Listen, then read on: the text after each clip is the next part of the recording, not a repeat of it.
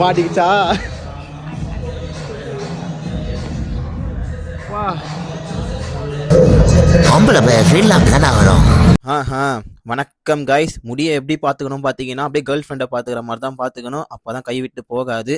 காலையில் எழுந்தோன்னே எப்பவும் போல கருங்காப்பி தான். அதை குடிச்சுக்கு அப்புறம் தான் ஜிம்முக்கே செதறுவேன். நான் வார்த்தைக்கு காலையிலன்னு சொல்கிறேன்னு நினச்சிக்காதீங்க. இது மதியானம் எனக்கு. அது அப்படிதான் காலையில். நைட் ஷிஃப்ட் போகிறவங்களுக்கு தான் அந்த கஷ்டம் தெரியும். அதுக்கப்புறம் ஜிம்முக்கு வந்தோடனே ஷூவெல்லாம் மாட்டிக்கின்னு ஒர்க் அவுட்டில் குதிச்சிட்டேன். ஜிம்மில் வேறு எங்கே பார்த்தாலும் கண்ணாடியாக இருக்கும். இப்போலாம் கேமரா வச்சு நின்றுறேன் புதுசாக. ஏன்னா முடி கலர் வச்சதுலேருந்து. இன்னைக்கு ஒரு மார்பு ஒர்க் அவுட். தேவையான மார்பு ஒர்க் அவுட்டை முன்னாடியே பிளான் பண்ணிட்டேன். அதுக்கப்புறம் தான் ஒர்க் அவுட்லேயே குதிச்சேன்.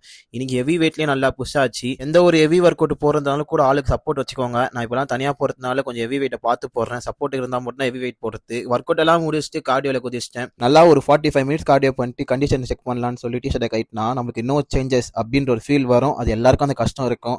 அதெல்லாம் மனசில் போட்டு குழப்பிக்காதீங்க. கண்டிப்பாக ஒரு ரிசல்ட் வரும். வீட்டிலேருந்து அழைப்பு வரும்போது சிக்கனை வாங்கிட்டு வான்னு போகிற சிக்கனை வாங்கிட்டு நானும் வீட்டுக்கு போயிட்டேன். அதுக்கப்புறம் ஆஃபீஸ் கிளம்பிட்டேன். இதோட வீடியோ எண்ட் பண்ணிக்கிறேன். நாளைக்கு பார்ப்போம். பைஸ்.